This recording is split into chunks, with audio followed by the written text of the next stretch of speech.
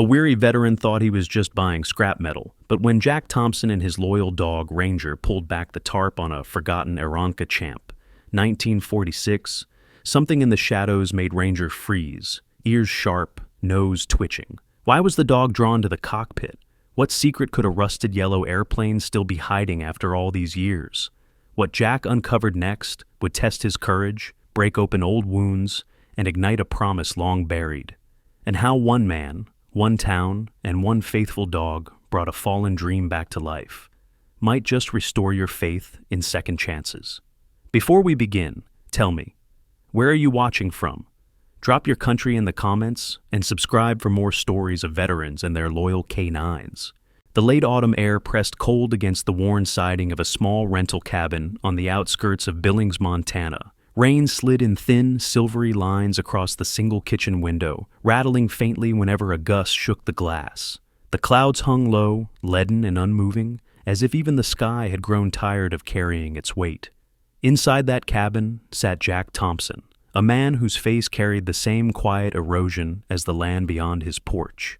Jack was 45, with broad shoulders that had long since lost the taut lines of youth, but still held the unmistakable posture of a soldier. His hair, once deep brown, had been lightened at the temples by both years and sleepless nights.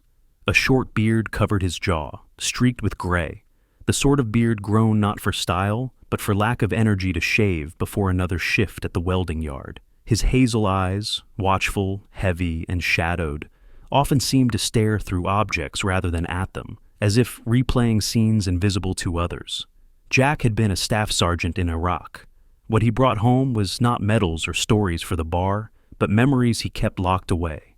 Nights of sand and fire, the smell of diesel mixed with blood, the silence that followed after losing men whose names still echoed in his chest. Jack's companion in this quiet exile was a German shepherd named Ranger, 5 years old, large and muscled, but carrying the calm patience of a veteran himself. His coat was sable, black fading into brown across his shoulders, with pale fur on his chest that gave him a look of both strength and gentleness. His amber eyes watched everything with a steady intelligence, and when he moved, it was with the smooth caution of an animal that had known both hunger and rescue. Jack had found him 3 years earlier, outside a scrapyard, ribs showing, paws bloodied from glass. Since then, Ranger had become more than a pet. He was the shadow at Jack's heel, the guardian of his silences, the one living soul who never asked questions and never judged the answers. This night, Jack sat at the kitchen table under the tired glow of a single bulb, a chipped mug of coffee cooling in his hands. The room smelled faintly of damp wood and oil from the jacket he had hung near the door. He unfolded a local paper, more out of ritual than curiosity. Most nights he read the classifieds like a man walking through a junkyard, picking up rusted words just to keep his hands busy. His life had narrowed to a schedule as mechanical as the tools he used at the yard. Day shifts welding steel frames, evenings patching neighbors' farm equipment for a few extra dollars. Nights at this table pretending the news mattered. Friends from school had long since moved away. His ex-wife had remarried and taken their daughter to Ohio years earlier. Jack never contested it. He had been too broken then, too raw from coming home to nothing.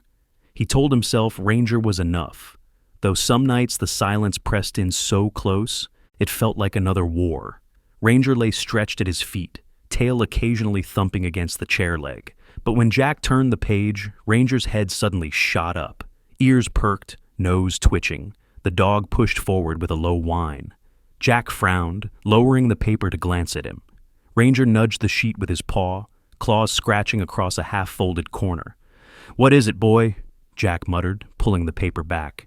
Ranger pawed harder, a short bark rumbling from his chest. Jack's eyes dropped to the line his dog had pinned with muddy claws. Aeronca Champ, 1946, $500, stored in barn, as is. The print was small, half buried between listings for second-hand tractors and rusted pickup trucks. Jack blinked at it, uncertain why the ad made his chest tighten. He had grown up watching his father fix crop dusters at a rural strip before the farm went under. Airplanes had once meant summer evenings, smelling of fuel and grass, his father's hands steady on a wrench, his own small fingers eager to help. He had not thought of those days in years. He looked down at Ranger. The dog's gaze was locked on him, sharp and unrelenting, as if waiting for Jack to understand something. Jack chuckled under his breath, shaking his head. "What? You want to fly now?" But Ranger didn't move. He sat stiff, ears still up, eyes fixed with an intensity that unsettled Jack more than any firefight. It was the look of a soldier pointing out danger his partner had missed. Or maybe, he thought, the look of a friend who knew when another man was drowning. Jack traced the line of text with his finger. $500. Practically nothing, yet more than he had to spare. The plane would be wreckage, fabric rotted, engine locked. Even so, something in him stirred, a quiet voice that felt strangely like the memory of his father's laugh echoing over clanging tools. He leaned back, staring at the ceiling. He remembered the counseling sessions at the VA he had stopped attending. The way the doctor had urged him to find a project, something to rebuild instead of just existing. He had laughed it off then. Now here was a project, staring from newsprint, dragged to his attention not by fate, but by the muddy paw of a German shepherd who refused to look away. Jack exhaled, long and slow. "You're serious, aren't you?" he asked. Ranger thumped his tail once, still staring. Jack looked back at the ad. A 1946 Aeronca Champ. Bright yellow, he imagined, though now likely dulled to the color of old straw. A plane designed for simplicity, for training young pilots who dreamed of reaching the sky after a world war. He wondered what kind of man had left it to rot in a barn, and why part of him already wanted to know. He folded the paper carefully, sliding it aside. His mind fought to list the reasons against it: the rent due in 2 weeks, the worn tires on his truck, the overtime shifts he was already too tired to finish. He should tear the page out, crumple it, throw it in the wood stove. But Ranger rose to his feet, padded to Jack's side, and pressed his head firmly against Jack's knee. The warmth of the dog's fur, the weight of that silent insistence undid him more than any argument could. Jack chuckled again, but this time the sound carried less weariness and more resignation. He rubbed Ranger's ears, shaking his head. "All right," he murmured, half to the dog, half to himself. "Maybe we'll go have a look."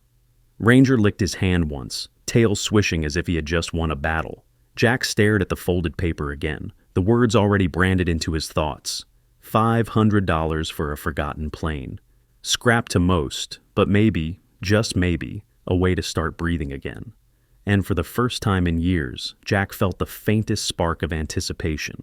He smiled faintly, though the weariness never left his eyes, and muttered with a wry edge, "You picked this one, Ranger. Don't blame me if it falls apart." The dog only looked back at him with eyes that seemed older than his own. Jack snorted, shaking his head, and spoke louder as though sealing a pact. "You chose it. Guess we're in this together." He laughed then, short, rough, but real, and Ranger, faithful shadow, thumped his tail against the floor in agreement. The dirt lane narrowed as Jack's truck rattled toward the old Lawson farm, tires hissing over puddles left by last night's rain. Ranger sat upright in the passenger seat, ears pricked, eyes scanning the gray horizon as if the dog knew exactly where they were headed. Jack gripped the wheel tighter, muttering to himself that he was chasing a fool's errand. Still, he didn't turn back. The farmhouse came into view, paint peeled down to gray wood, porch sagging beneath the weight of years. A figure stood waiting, tall yet stooped, wrapped in a bomber jacket faded to the color of old asphalt. Henry Lawson was 67, his frame still strong, though bent with the years. His silver hair was cropped neatly, but his beard grew uneven, rough like someone who cared little for appearances. His pale blue eyes had once belonged to a younger man filled with laughter, but now they were dulled, carrying the look of a person who had buried more than one dream. His gait was slow, deliberate, the kind of walk of someone who knew every step cost energy. Jack killed the engine and climbed down. "Morning," he said, voice tentative. Henry's gaze slid to Ranger, then back. "You the one who called?" His voice was gravel and smoke, carrying the weight of unspoken years. "That's me, Jack Thompson." Jack extended a hand. Henry hesitated, then shook it, his grip firm but dry. "The plane's in the barn," Henry muttered, jerking his chin toward the sagging structure. They walked in silence. The barn smelled of rot and rust before the doors even opened. Henry slid the chain free with a key, hesitated as though unlocking a tomb, then pushed the doors wide. Inside loomed the Aeronca Champ, a once bright bird now grounded in dust and cobwebs. The fabric sagged, seams split. The yellow paint dulled like straw left too long in the sun. Rust crawled along the landing gear. One tire had collapsed into itself. Jack stepped closer, heart tightening. He saw not ruin, but possibility. The ghost of summers long past when he had watched crop dusters rise from grassy strips, with his father's voice beside him. He pressed a calloused hand against the cold fuselage. Henry's eyes never left the plane. She was my boy's. Luke. Bought her in '99 with money he saved fixing fences and baling hay. We spent 2 years patching her up, just the two of us. His voice grew softer. He flew medevac in Afghanistan, 2005. He didn't come home. The silence that followed was heavy. Jack glanced at the man and saw his jaw tighten against the words, as though speaking them cost him breath. Ranger padded forward, nose twitching. He circled the fuselage, tail stiff, then leapt suddenly, paws scraping the side beneath the cracked instrument panel. A sharp bark echoed in the barn. Jack frowned. "Easy, boy. What is it?" Henry managed a faint smile that broke quickly into sorrow. Luke used to hide things there, letters, maps, scraps of paper. Said, every plane carried its own secrets. His gaze drifted to Ranger.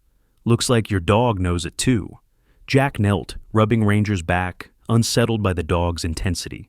The animal's amber eyes locked on the cockpit, unblinking, as if pointing to something long forgotten. Henry cleared his throat, voice rough. "I haven't been able to touch her since the funeral. Covered her up, let time take her. Thought maybe one day the right person would come." He looked Jack over, his eyes narrowing on the lines carved by war. "You served, didn't you?" Jack nodded slowly. "Iraq, long time ago now." Henry studied him for a moment longer, then gave a small grunt. "Then you know, loss leaves its mark, whether you're ready or not." The two men stood in silence, broken only by Ranger's quiet whine. Finally, Henry said, 500. That's what I put in the ad. But I need to know she's going to someone who will respect her, not just strip her for parts." Jack exhaled, running a hand through his graying hair. 500 was everything he had left in cash. Rent was looming. His truck needed tires. This was madness. He turned as if to leave, but Ranger barked again, loud, commanding, almost desperate. Jack looked at the dog. Ranger's body was tense, ears high, gaze fierce. It was the same look he had seen in combat dogs overseas, the look that said, "Pay attention, this matters." Jack's chest tightened. He thought of the VA doctor telling him years ago, "Find something to rebuild, or you'll fall apart yourself." He had ignored it then. Now, fate, or a dog's paw, was dragging him back to that advice. He faced Henry again. "I don't know what I'll make of her, but I can promise I won't strip her for parts. She'll fly again, or I'll die trying." Henry's lips trembled just for a heartbeat. Then he nodded once, curt. "All right, 500, she's yours." Jack hesitated one last time, then pulled his worn wallet from his pocket. The bills looked pitiful in his rough hands. He handed them over. Henry accepted them with quiet solemnity. As if on cue, Ranger barked once more, sharp and final, tail sweeping the dusty floor like a signature at the end of a contract. Jack drove the truck back to the Lawson farm later that afternoon, with a sense of finality pressing down on him. The decision had already been made in that barn, but the weight of it did not fully settle until he saw Henry waiting with a single sheet of paper in his hand. The paper was a bill of sale, yellowed around the edges as though Henry had pulled it from an old folder buried deep in a drawer. Henry's blue eyes studied Jack carefully, still cautious, still guarded, as if even after accepting the money he wasn't entirely ready to let go. "Before we do this," Henry said, his voice slow, "you'd better check the numbers. No use in dragging something home that'll bring lawmen to your door." Jack nodded. He knelt beside the plane, brushing years of dust away from the side of the fuselage. The faded lettering was still visible beneath grime and rust. N1936C. He pulled out his phone, an old model with a cracked screen, and keyed into the FAA registry site. His calloused finger hesitated for a moment before pressing search. For a long moment the screen spun, and then the result appeared. The registration had long been expired. Status: inactive. Not stolen, not flagged, just dormant. Like a bird forgotten on the ground. He looked up at Henry and gave a short nod. She's clean. Just sleeping. Henry's lips twitched into what might have been the ghost of a smile, quickly gone. He produced a pen and set it against the paper. Then we do it proper. They both bent over the hood of Jack's truck, signing in block letters that seemed to carry the weight of their histories. Jack Thompson, buyer; Henry Lawson, seller. The bill of sale passed between them like a torch. Henry then scribbled a quick receipt for the $500 Jack had handed him earlier. The exchange was formal, but the silence that lingered afterward was personal, almost sacred. The sun had long dipped by the time Jack returned with the Champ, strapped awkwardly to a borrowed flatbed trailer. The yellow fuselage, dulled by time, looked almost spectral under the glow of the truck's taillights. The night was cold, the Montana wind cutting sharp across the empty road. But Jack drove with a strange new fire inside him. Ranger sat alert in the passenger seat, head tilted toward the shrouded shape behind them, as if guarding it even in transport. By the time they reached the small hangar on the edge of Willow Creek airstrip, it was well past midnight.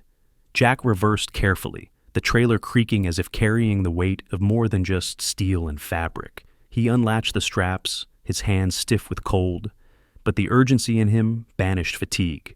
Together with Ranger pacing circles like a sentry, he rolled the Champ into the hangar. The place smelled of oil, dust, and his grandfather's long-departed dreams, the kind of smell that clung like memory. Jack flicked on a single overhead bulb. Half the lamps were dead, leaving pockets of shadow. The plane sat there in the pale light like a relic unearthed from another age. He stood for a long time, arms crossed, just staring. Ranger padded forward, nose twitching, tail stiff. The dog hopped into the cockpit, paws clattering on metal. He sniffed along the worn seat cushions, then scratched insistently at the base of the pilot's chair. Jack frowned. "What is it now?" He stepped forward, pushing aside old belts and cracked fabric. Ranger barked once, sharp and deliberate, then resumed scratching at a narrow seam. Jack crouched, running his fingers along the spot. The panel beneath the seat felt slightly loose. With a screwdriver from his workbench, he pried gently. After some resistance, the plate shifted, releasing a faint smell of mildew and dust. From the gap, he pulled a folded scrap of paper, edges brittle with age. The ink was faded, but still legible. His throat tightened as he read the words written in hurried, uneven hand. "If anyone finds this, please give her the sky again.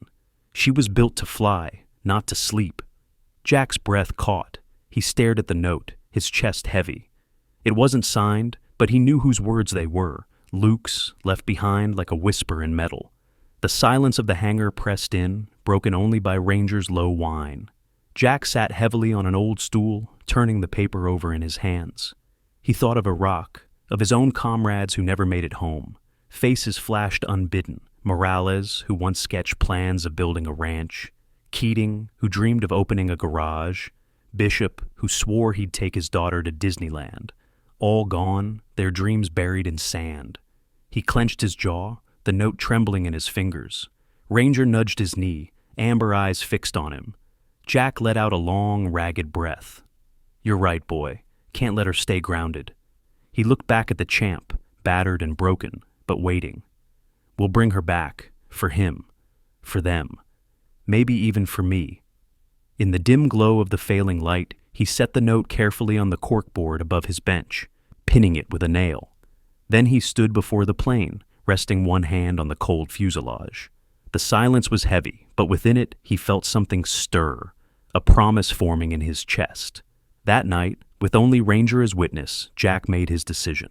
He would restore the Champ piece by piece, no matter the cost. The first week with the Aeronca Champ was like waking up each morning to find a stranger living in Jack's hangar. The plane filled the dim space with its presence, yellow fuselage dulled by grime, wings drooping like tired arms.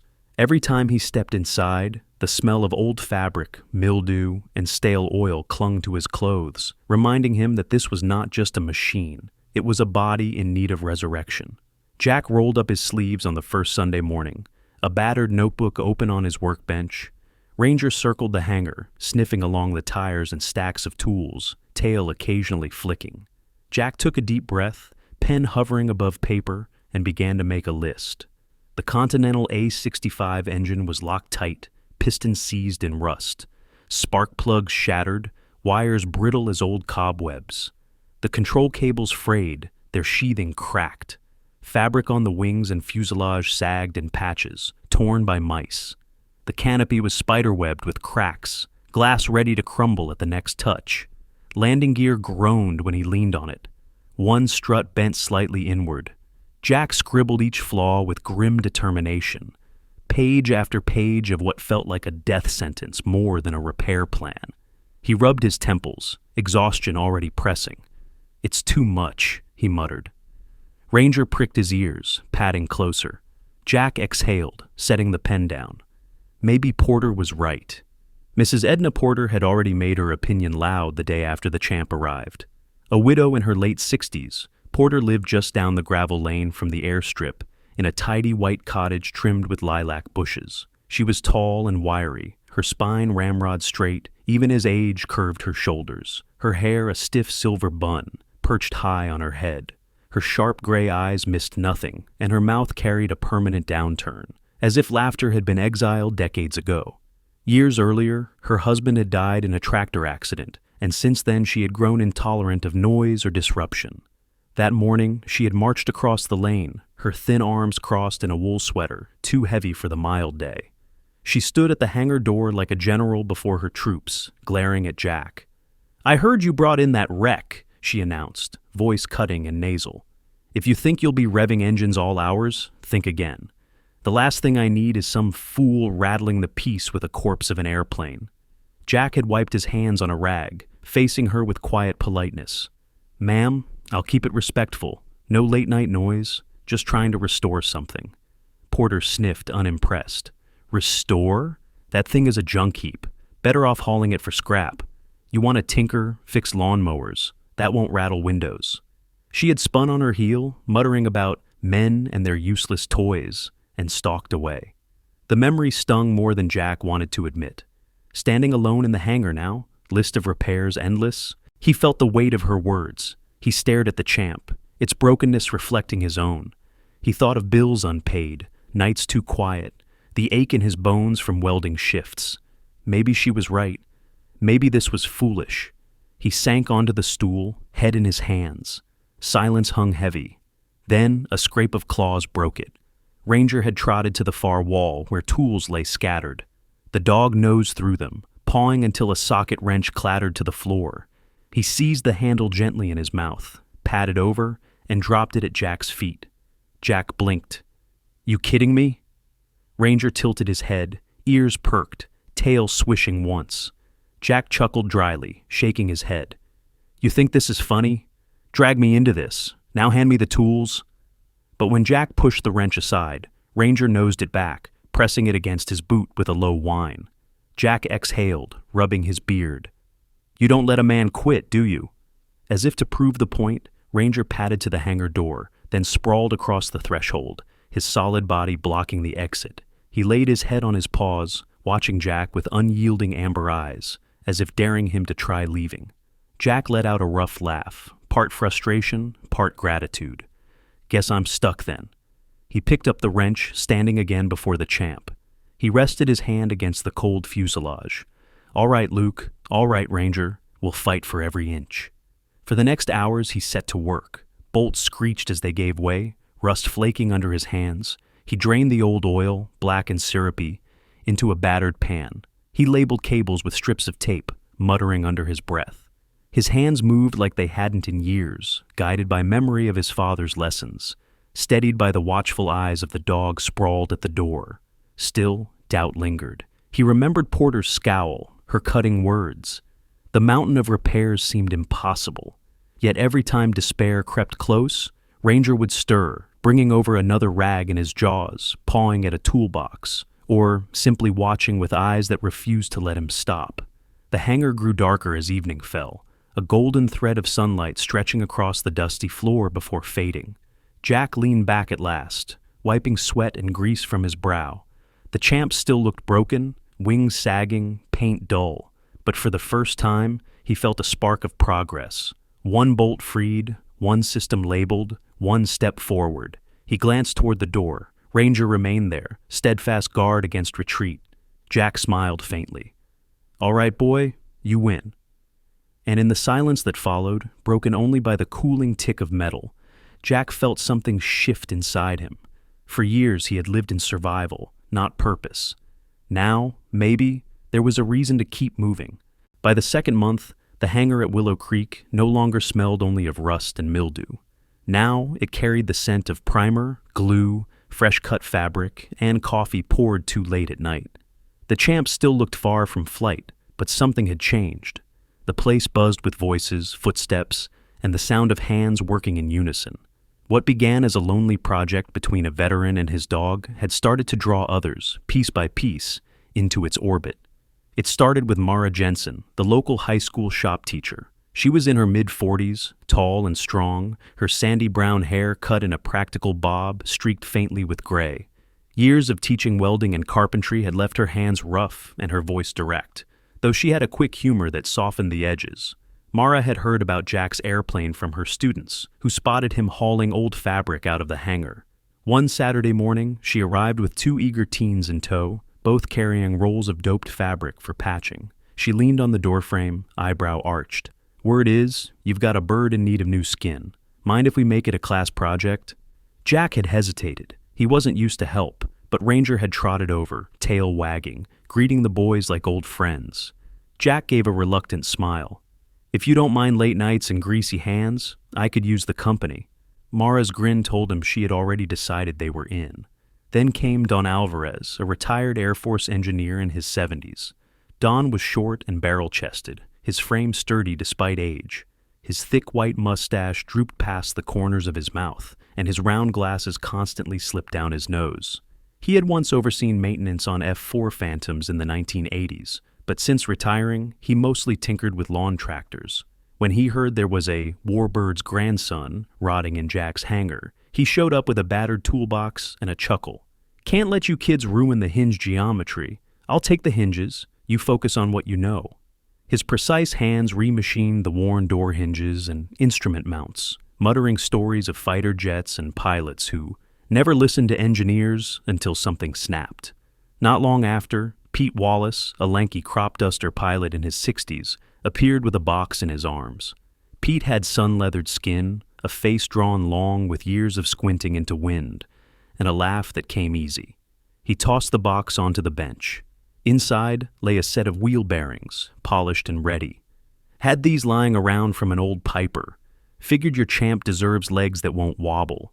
He leaned against the wing strut, his hands scarred from decades of wrenching, eyes sparkling with nostalgia. "Hell, I learned to fly on one of these. Never thought I'd see another come back to life." Slowly the hangar transformed. Mara's students learned to stretch and glue fabric across ribs, smoothing it with careful hands while she barked instructions. Don hunched over a lathe, turning steel bushings until they gleamed. Pete shared stories of flying low across wheat fields, stories that made even Jack chuckle in the quiet hours. And through it all, Ranger padded back and forth, tail wagging, watching over everyone like the hangar's guardian. Jack, still cautious with money, pinned every receipt to a corkboard on the wall. Primer, bolts, cables, bearings, glue. His notebook filled with columns of costs, and one evening he invited Mara and Don to look. "I'm not hiding anything," he said quietly. "This bird isn't mine alone anymore. Costs will run higher than I can manage. If it's too much, I'll shoulder it alone." Mara folded her arms, eyes steady. "Don't be stubborn. The local Veterans Fund can cover part of this. They've been itching to support something worth believing in." She was right. The County Veterans Association approved a modest grant, covering new spark plugs, wiring, and fabric dope. The rest, Jack continued to scrounge from overtime shifts, quietly proud that his work and their hands were shaping something bigger than themselves. Still, progress came with setbacks. One stormy night, with rain lashing against the hangar and wind whistling through the rafters, Jack stayed late to test the old electrical system. Ranger lay curled near the bench, but suddenly his head shot up, nose twitching. He rose, pacing toward the fuse box mounted near the cockpit. His ears flattened, and he let out a sharp bark, claws scraping the concrete. Jack frowned, stepping over. A faint, acrid smell hit him, burning insulation. His chest clenched. He yanked the panel open just as a spark popped against the corroded fuses. Heart racing, he grabbed a wrench and killed the circuit before flames could catch. Smoke curled upward, acrid and bitter. For a long moment he stood frozen, the weight of what might have happened pressing down.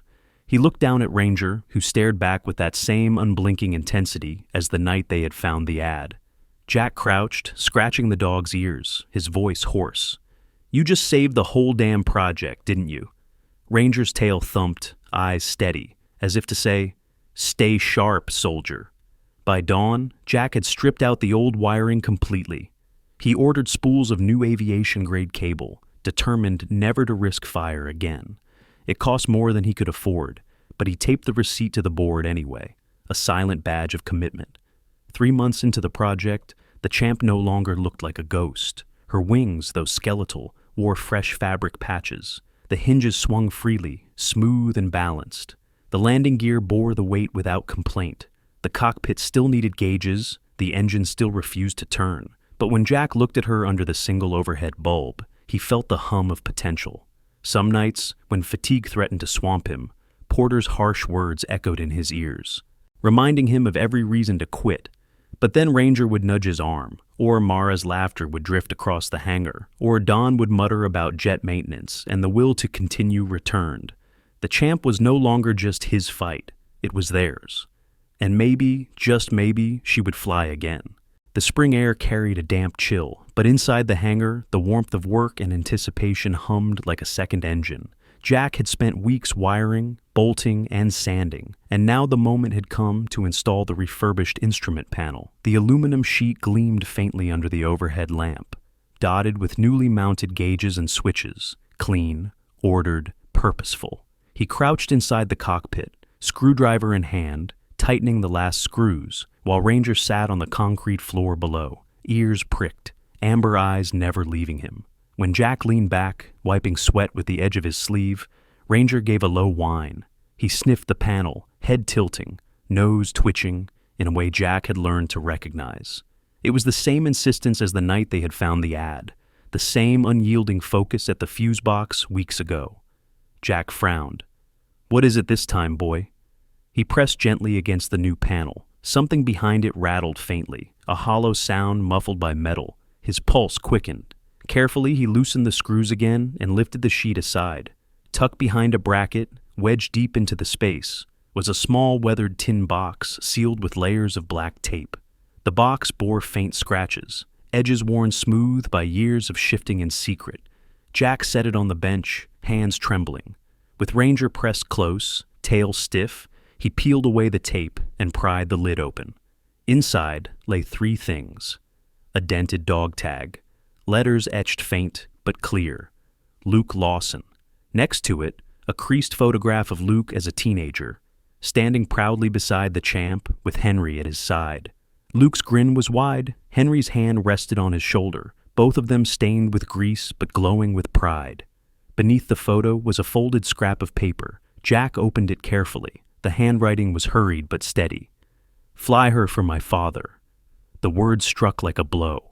Jack swallowed hard, his throat tight, his mind filling with images of his own father, long gone, of comrades whose voices had been silenced in desert winds. He clenched the paper in his hand, exhaling shakily. He wanted this for Henry. Ranger nudged the box with his nose, as if urging him not to hesitate. That evening, Jack drove back to the Lawson farm. Henry was on the porch, as always. Jack had zipped halfway, despite the warming weather. His eyes narrowed when Jack approached carrying the tin box. Jack set it gently on the porch rail, opening the lid so Henry could see. For a long moment, Henry said nothing.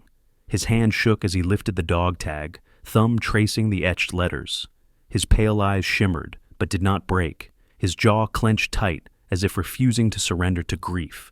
When he picked up the photo, a sound escaped him, half laugh, half sob. He stared at his younger self, hand on his boy's shoulder, a world alive behind their smiles. Jack offered him the note. Henry read it once, twice, then pressed it to his chest.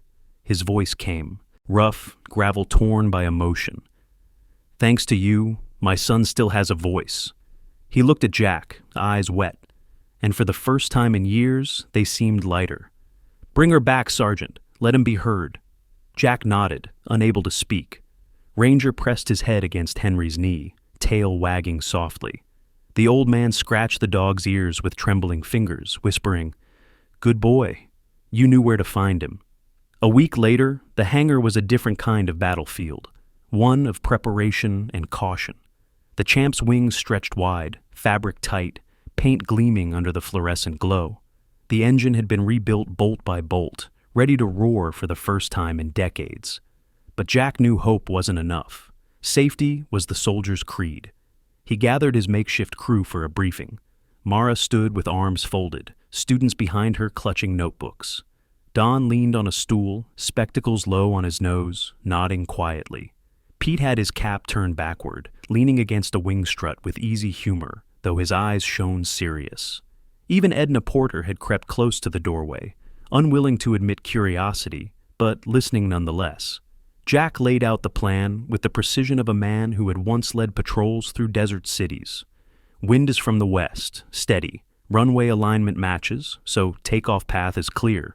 Emergency stop point will be the marker past the first 50 yards. If she doesn't lift power, I cut it. Fire truck from town has agreed to be on standby at the strip entrance. We'll have ground radio at both ends. Pete, that's yours. Mara, your crew stays clear until after roll test. Don, eyes on engine temps. No surprises. We treat this like combat readiness. Everyone clear? They nodded, the air thick with solemnity. Jack bent to Ranger, who sat at his feet. The German Shepherd wore a small set of padded ear covers Jack had ordered online. Aviation-grade canine protection. Jack adjusted them gently over Ranger's ears, scratching behind them. "You're riding shotgun, buddy. No backing out now." Ranger licked his hand once, amber eyes gleaming, and leapt into the co-pilot seat as though he had always belonged there. Jack strapped in beside him, hands on the stick, heart pounding. He looked once more at his crew gathered outside, then at Henry standing off in the distance, holding Luke's dog tag around his neck. Jack swallowed, turned the ignition key Henry had given him, and whispered, "For him, for all of them." The engine coughed, then caught, sputtering like an old man clearing his throat. The propeller whirred uncertainly, rattling the hangar doors with vibration. Ranger sat upright, ears twitching beneath the padded muffs, steady as a soldier. Jack exhaled, feeling both fear and faith coil inside him. Tomorrow would be the true test, but tonight, the Champ had found her voice again. The morning broke crisp and clear, the Montana sky a pale blue canvas brushed with thin streaks of cloud. The airfield's grass strip had been trimmed and rolled, lines freshly painted white by volunteers with steady hands and hopeful hearts. Trucks lined the gravel edges, folding chairs spread in uneven rows, and families huddled in the coats as they waited. News had traveled quickly. Today the Champ would rise again. Jack arrived early, Ranger at his side, tail sweeping back and forth with nervous energy. Jack wore his flight cap low, though his jaw was clenched tight, stubble peppered with gray catching the morning light. His shoulders carried both the memory of war and the burden of a promise he had sworn to fulfill. He said little, but the intensity in his hazel eyes revealed everything. Today was not about him. It was for Luke, for Henry, for everyone who had believed when he almost hadn't. Henry Lawson stood near the edge of the crowd, bomber jacket zipped to his throat, hair silver in the sun. His pale eyes were damp already, one hand clutching Luke's photo folded in his pocket. Years of sorrow had carved deep valleys into his face. But this morning, a fragile thread of anticipation lifted his frame straighter. Even Edna Porter was there, arms crossed tightly against her sweater, lips pursed as always. She stood a few yards away, as if refusing to admit she wanted to see. But her gray eyes stayed fixed on the plane with an intensity that betrayed her true heart. Mara arrived with her 2 shop students, faces smeared faintly with glue from late-night fabric patches. Don lumbered along behind them, tool belt slung at his hip, muttering about watching those oil temps like hawks. Pete waved his cap to anyone who glanced his way, tall frame and weather-beaten face alive with a boyish grin. Even newcomers appeared, a young mother with a child perched on her hip, her auburn hair tied back with a scarf. Two veterans leaning on canes, faces shadowed by the same weariness Jack had carried for years. They had heard of the project and come simply to stand among it, to see what hope looked like when rebuilt. Jack moved to the cockpit, his steps measured, deliberate. He held Luke's dog tag in his hand, the steel dulled but steady. With quiet reverence, he clipped it onto the key ring, letting it dangle beside the ignition switch. His chest tightened as he whispered, "Ride with me today." Ranger leapt into the co-pilot seat, paws braced against Jack's thigh.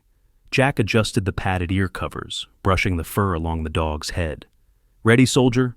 Ranger's amber eyes met his, steady and fearless. Pete's voice crackled over the radio from the ground station. "Wind's 5 knots, straight down the strip. She'll climb if you trust her."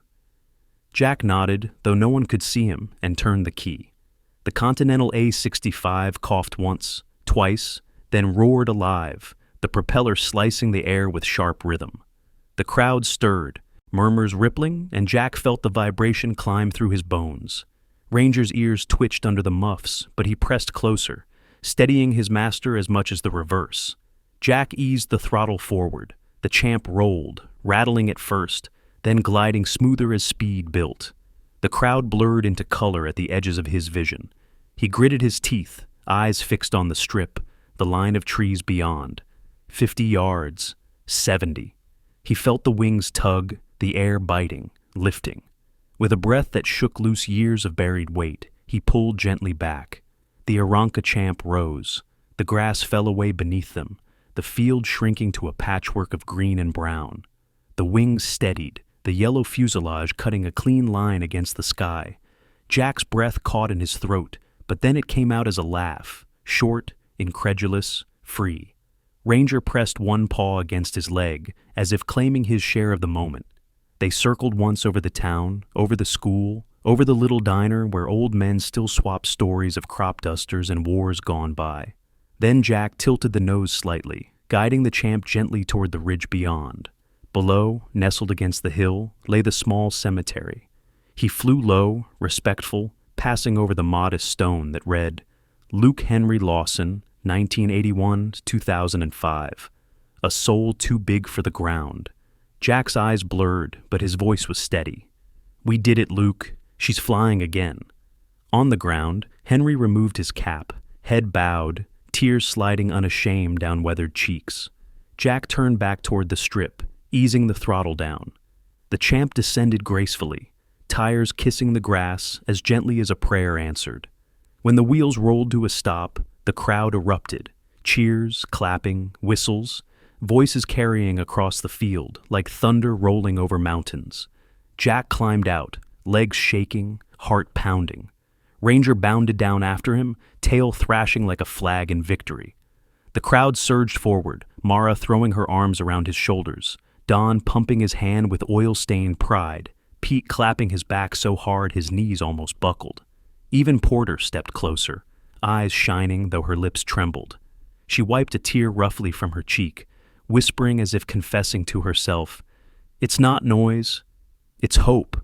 Jack met her gaze, nodded silently, no judgment, only gratitude. Weeks later, the hangar rang with laughter and voices. Jack had opened his new program, Wings and Wrenches, inviting teens, veterans, and anyone willing to learn to come rebuild, repair, and dream. The Champ gleamed at the center, no longer a relic, but a symbol. Ranger became its living emblem, trotting proudly with students tugging gently at his ears, the loyal co-pilot of every story told. Jack still carried his scars, still bore the weight of years behind him, but in the roar of that engine and the applause of his town, he found what he thought he had lost forever: purpose, belonging, and the steady reminder that sometimes, with enough hands and one faithful dog, even broken things can fly again. In the end, the Aeronca Champ was never just a machine pulled from dust and rust. It became a vessel of memory, a bridge between generations, and proof that even broken things can soar again when love and community join hands. Jack, a weary veteran, found purpose where he thought there was none. Ranger, a loyal dog, reminded everyone that sometimes miracles come on 4 legs. And a town, once quiet and divided, rediscovered hope in the sound of wings cutting through the Montana sky. Perhaps this is how God works among us, not always through thunder or lightning, but through quiet moments of courage, through a neighbor's helping hand, through a dog's bark that points us in the right direction. In the everyday struggles of life, when bills weigh heavy or loneliness knocks at the door, remember, miracles are not far away.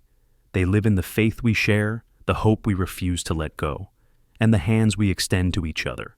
If this story touched your heart, please share it, leave a comment below, and subscribe for more tales of faith, loyalty, and redemption.